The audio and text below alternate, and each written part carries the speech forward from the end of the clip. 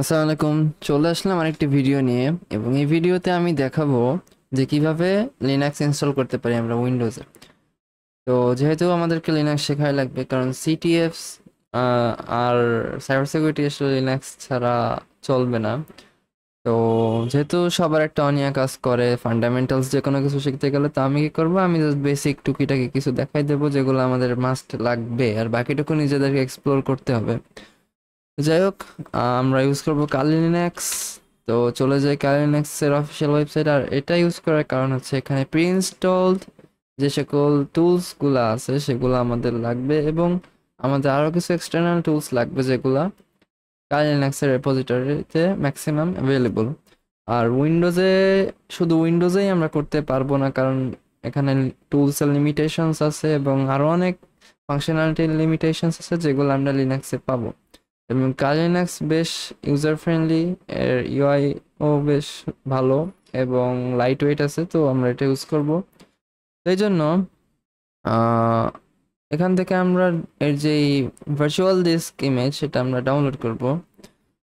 এখন আমরা ইউজ করবো ভার্চুয়াল বক্স, তো আমরা এটাকে ডাউনলোড করব, নট দিস ওয়ান। বাট যদি কেউ ভিএমআর ইউজ করতে চাই তাহলে এটা ডাউনলোড করতে পারে, এটা কোনো সমস্যা না, দুইটাই প্রায় একই। বাট ভার্চুয়াল বক্সটা একটু লাইট ওয়েট এবং এটা আমার কাছে বেশি ভালো লাগে, তো আমি এটা দিয়ে দেখাবো।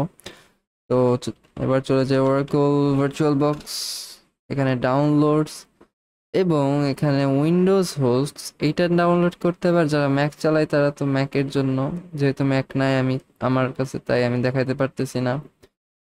তো এটা, এবং এই যে এক্সটেনশন প্যাক, এইটা আমরা ডাউনলোড করব। তো আমার সব কিছু ডাউনলোড করা আছে, এবং আমি জাস্ট ভার্চুয়াল বক্সটা একটু ইনস্টল করে দেখাই। ওকে, নেক্সট, ইয়েস, নেক্সট, ইনস্টল। ওকে, এবার আমরা যে কালিনাক্সের ফাইলটা ডাউনলোড করেছিলাম সেটা হচ্ছে এটাকে আনজিপ করে নিছি, তো আমরা এটা পাইলাম। এরপর এটা ইনস্টলেশনটা শেষ হোক।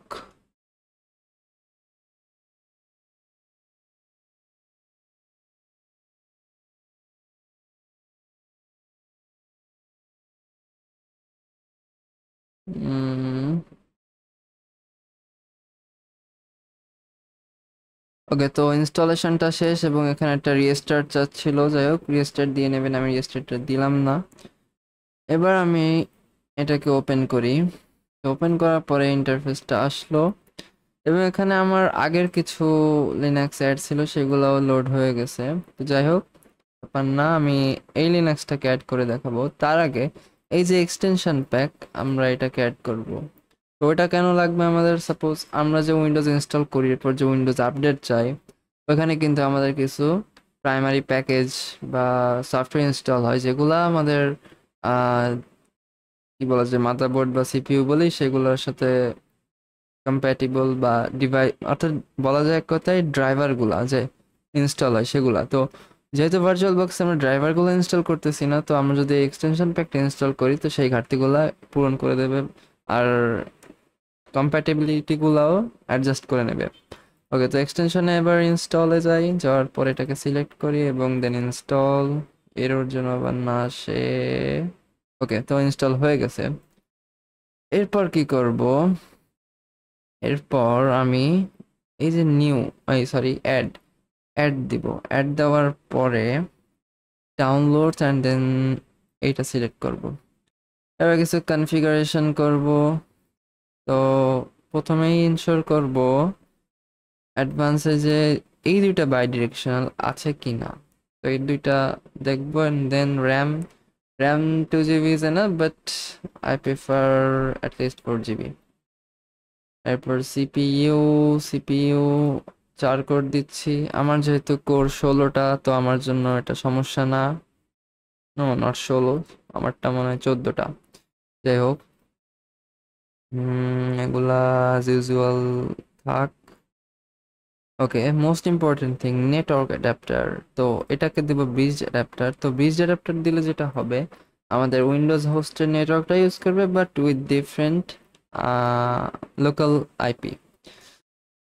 তো তো এটা দেওয়ার পরে ইউএসবি 2 রাখলাম অ্যান্ড এই দুটাকে রিমুভ করলাম অ্যান্ড দেন একটা শেয়ার্ড ফোল্ডার অ্যাড করব। তো এটা করলে লাভ যেটা, এটা হবে একটা common folder between the Windows and the Linux.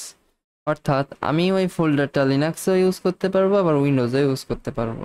তো এখানে যদি অ্যাড দিই এবং ডেস্কটপে যদি আমি একটা অ্যাড ফোল্ডার দিই লাইক শেয়ার্ড, ওকে শেয়ার্ড ফোল্ডার আছে অলরেডি, সেই ফোল্ডারটা ডিলিট করে দিই, new folder, okay auto mount, okay, and all setup is done and এটাকে এবার আমরা স্টার্ট করে দিই।